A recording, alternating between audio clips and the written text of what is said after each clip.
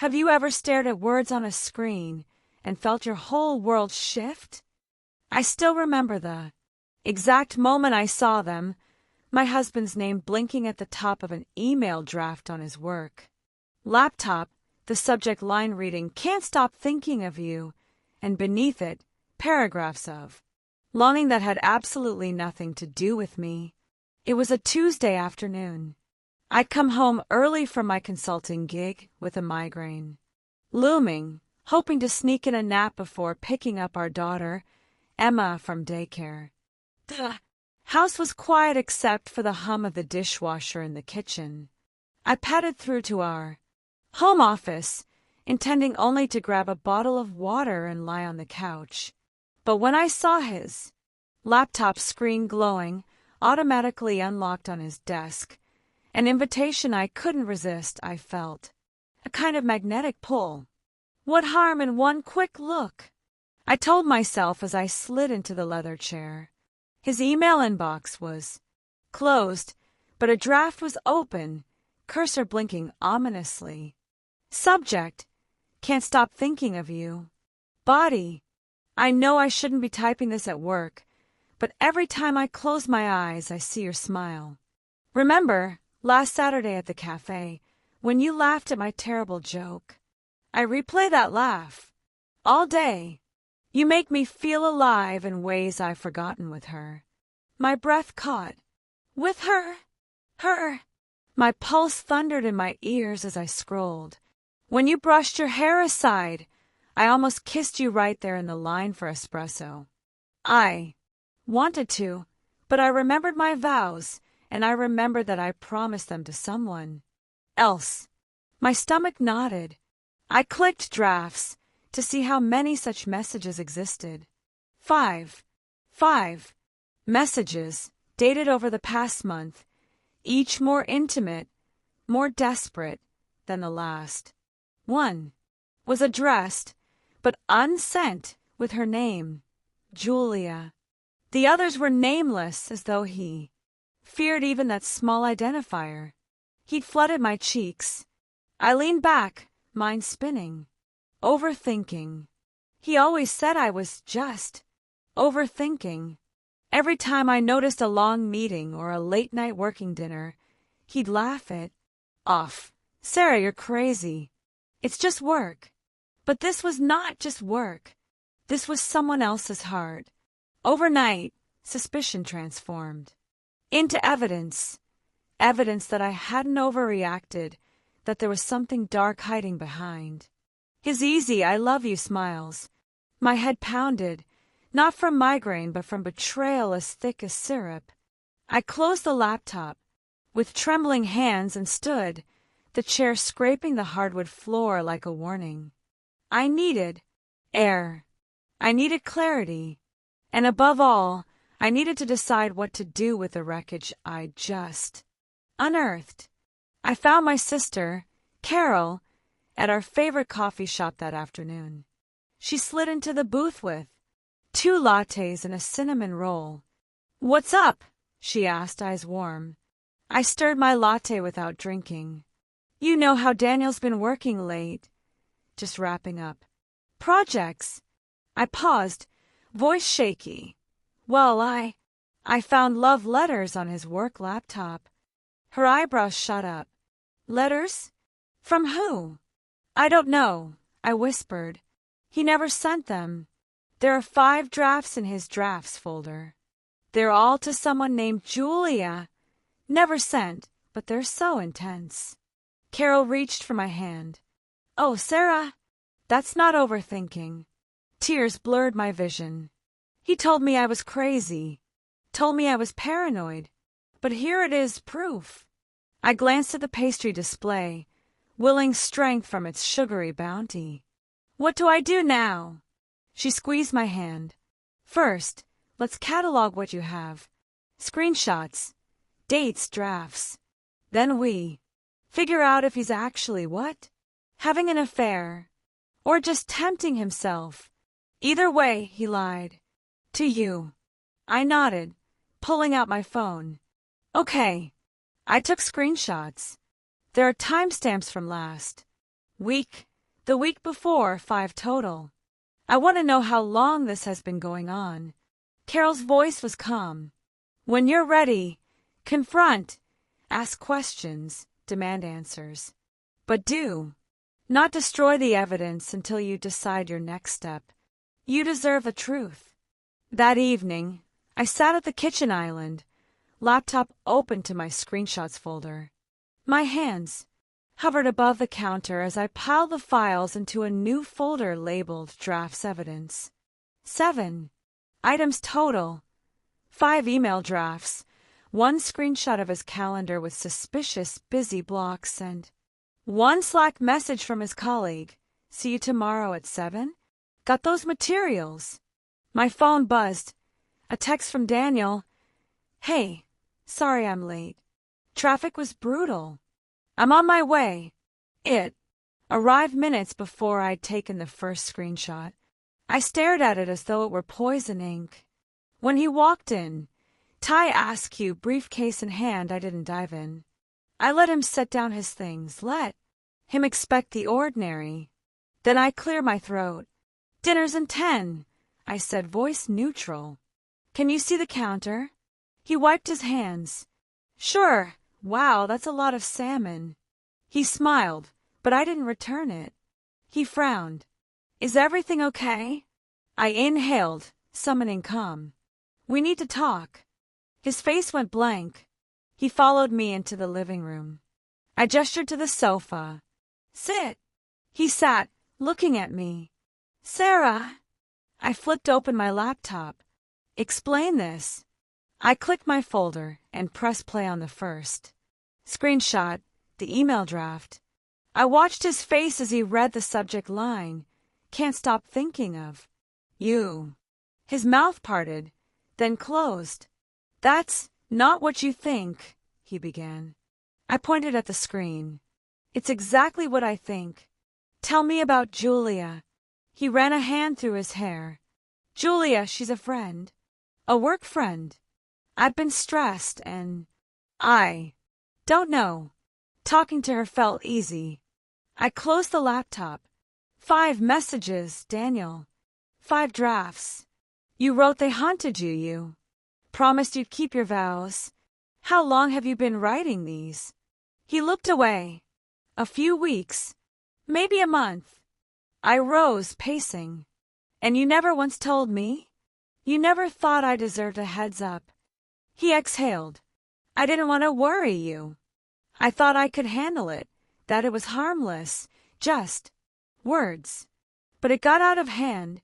Words only, I repeated. When do words become actions? When do they cross the line?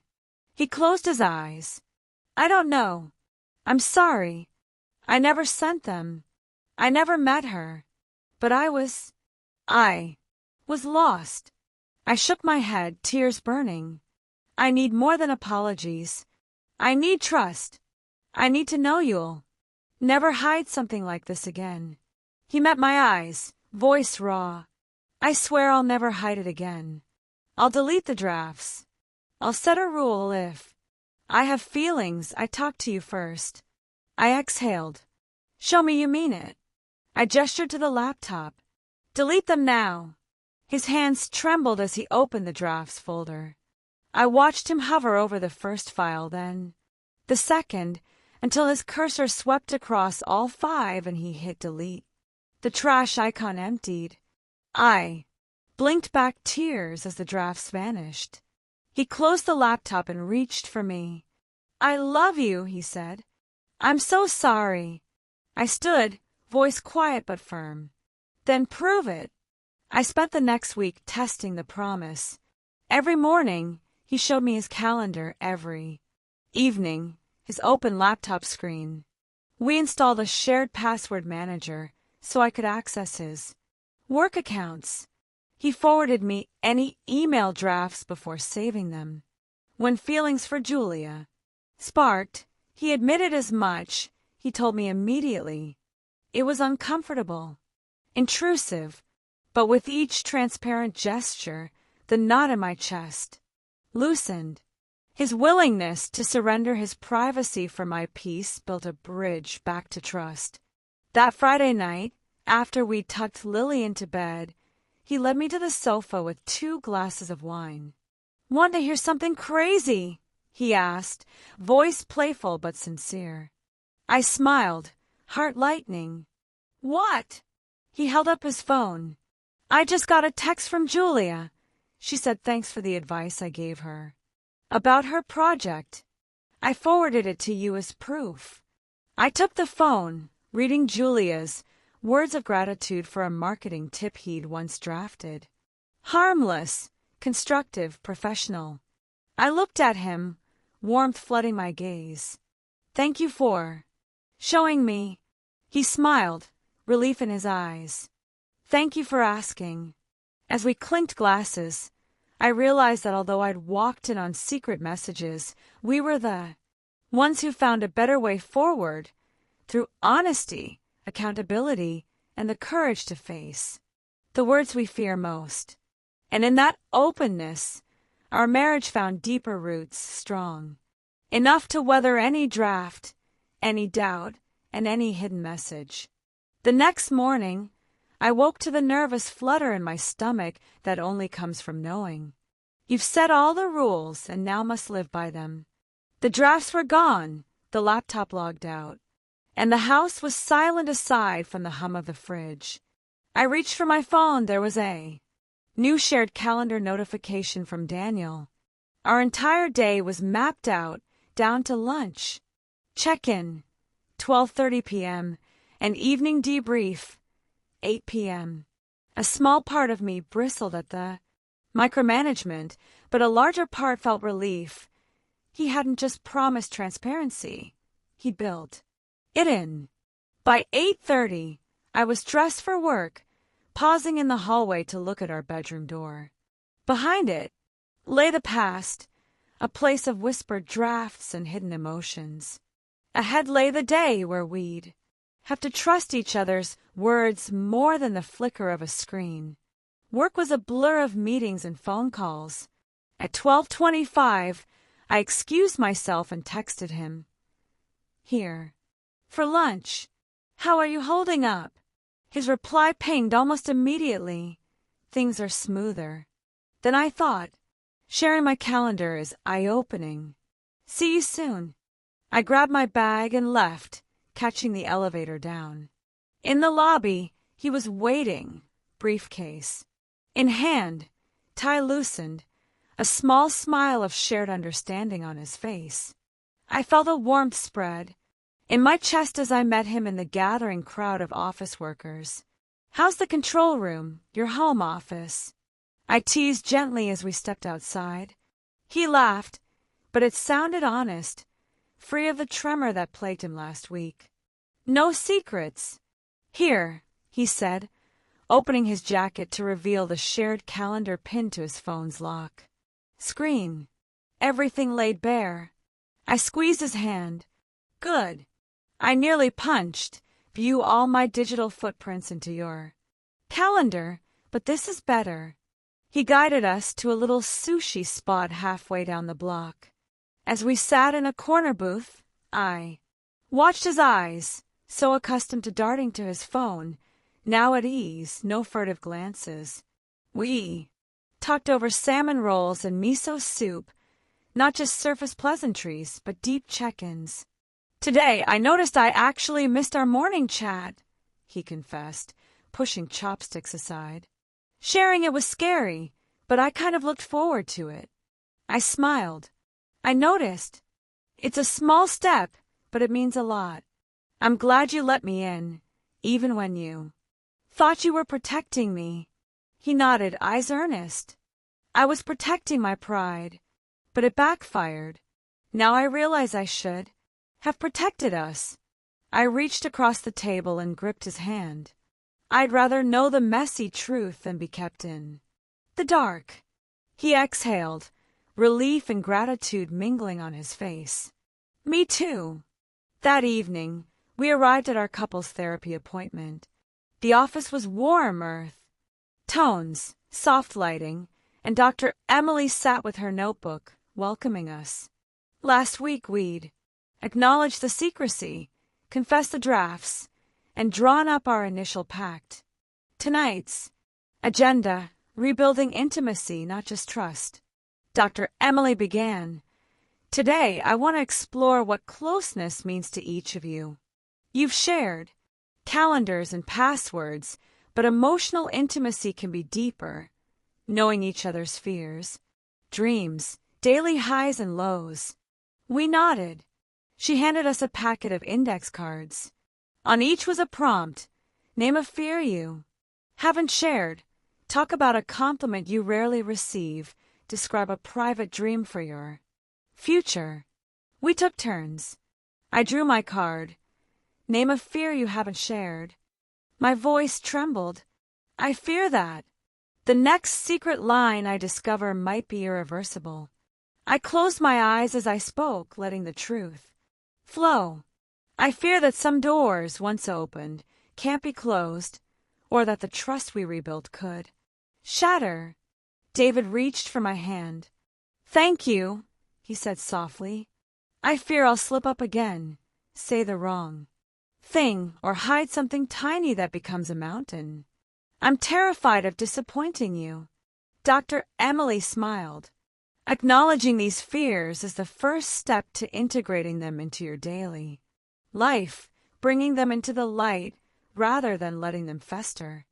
We spent the next hour discussing how to hold each other's fears, validating them, not dismissing them, how to offer small reassurances.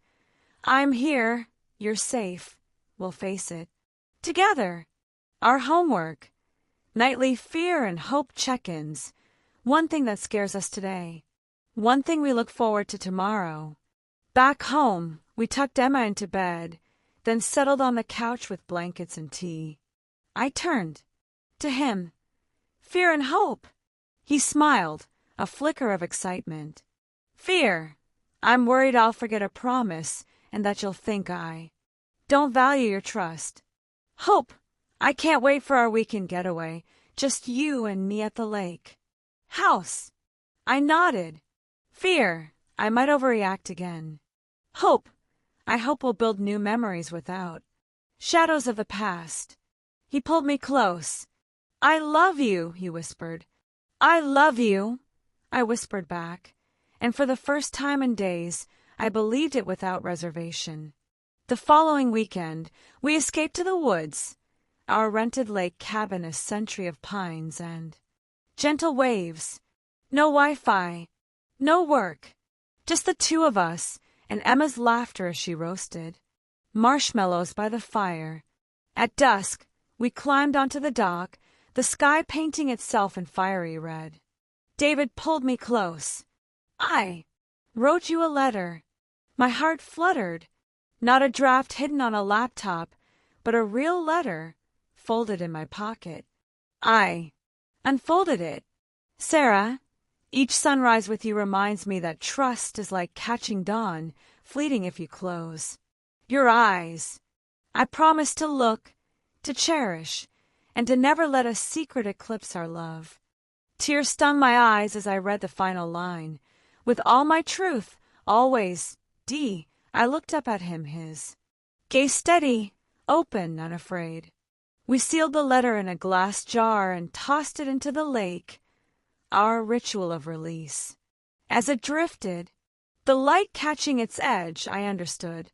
The drafts I found were part of our story, but they didn't define its ending. Together, we chose the daybreak, the shared horizon. Monday morning found us back at our routine. Work, daycare drop-off, daily check-ins. But something had changed. We moved through the day with a quiet confidence, no longer walking on shards of doubt. At work, my phone buzzed with a text. Remember to check my calendar for late meetings. Tonight, it was from Daniel. I smiled. I checked the shared calendar. A new entry, 11 p.m. Email review session. No secrets, no drafts, just transparency. I replied, got it. Love you. Moments later, my phone chimed again, love you more. And as I felt the warmth of that exchange, I realized that though I once walked in unhidden messages that nearly broke our marriage, we had rebuilt it, letter by letter, confession by confession, conversation by conversation, into something more resilient, more human, and infinitely more real than any secret could ever be. Weeks passed, and the routines that felt unnerving at first settled into the comforting cadence of our renewed marriage. Every morning, I received Daniel's day's plan ping at 7:15 a.m., a quick outline of meetings, deadlines, and the solitary coffee break he reserved for us. Every evening at precisely 8 p.m., we sank into the couch with our fear and hope cards, bearing our hearts across the low coffee table strewn with candles and colored pencils for Emma's artwork. One Thursday night, as Emma drifted into sleep with her head on my lap, Daniel shared his fear. I worry that next month I'll schedule a late dinner with my boss and forget to tell you until it's too late. He looked at me earnestly. I smiled, brushing his arm. I worry I'll default to silence. Instead of speaking up when I'm scared, we'll remind each other. We sealed that check-in with a soft kiss. No laptops, no secret drafts, just two people, rebuilding trust one shared vulnerability at a time. The true test came a month later, during a busy season at work. Daniel's role shifted and he found himself traveling more, conferences, client dinners, urgent cross-country pitches. Old anxieties crept back. Midnight texts, unexplained expenses, unfamiliar street names on his itineraries. But this time I didn't panic. I opened the shared calendar. October 12th, flight to San Francisco, return October 14th. I scrolled through his email tag, client trip SF, and saw every meeting invite and Uber receipt. When his dinner with the tech partner extended into cocktails, he pinged me on Slack. Running 15 minutes late. Let you know when I board. Love you. I tapped back, red heart, and went about my evening. No overthinking. No sleepless nights. Just the quiet comfort that comes from knowing every detail is ours to share. That weekend, we celebrated our anniversary. 2 years since the laptop discovery that nearly unraveled us. Instead of the fancy dinner we'd nearly missed, we opted for something more meaningful, a sunrise hike up Willow Peak. Emma pedaled ahead on her scooter, laughter echoing in the crisp air as Daniel and I climbed side by side. At the summit, the sky bloomed, pink and gold, and we shared a thermos of coffee. Daniel pulled from his pack a small wooden box. Inside lay our original fear and hope cards, weathered but still readable. He handed me the one I'd written that first week. I fear the next secret line will be irreversible. I read it, voice catching, and then he handed me his. I fear I'll disappoint her again. He reached into the box and produced 2 blank cards. New fears, he asked, I soft. I smiled through tears. No fears, just hopes. I wrote that we always find our way back to each other, no matter the darkness. He wrote that I'll keep showing you my whole heart. We placed the new cards atop the pile, closing the box, our symbol of moving forward while honoring the lessons of the past. Back down the trail, Emma raced ahead, shouting, Mom! Dad! Look! They found her at a fallen log transformed into a dragon by her imagination. Daniel lifted her into his arms as she pointed at the hollow trunk. Treasure! She cried. Inside, she'd hidden smooth stones painted like coins, tokens she'd secretly collected to help people, she'd explained. Daniel showed her his palm, and she ran over, pressing the stones into his hand. I watched them, my heart swelling. Earlier that day, I'd surprised her with a craft kit to paint more. Help coins. She beamed, summoning me to join in. And in that moment, I saw how the ripple of our own hard work, sharing secrets, confronting fears, building rituals, had created a family, culture of openness and kindness. That evening, at the modest anniversary dinner on our patio, we lit lanterns and shared margarita pizza from our favorite local pizzeria. Lily sat between us, proudly showing off her painted stones. Between bites, Daniel turned to me. "I've been thinking," he said, voice earnest. "Our journey taught me that secrets can protect, but honesty empowers. I want to take this beyond us." I raised an eyebrow. "What do you mean?" He glanced at the fairy-lit yard and the framed fear and hope box on the low table. "I want to start a podcast, open lines, where couples share how they navigated secrets. Real stories, expert advice, listener questions. We'll bring in therapists, financial planners, tech experts on digital privacy, everything we've learned in this wild journey." I laughed, delighted. From hidden drafts to public airwaves. "I love it." He squeezed my hand. "Because if our story helped just one couple choose honesty over hiding, it'll have been worth it."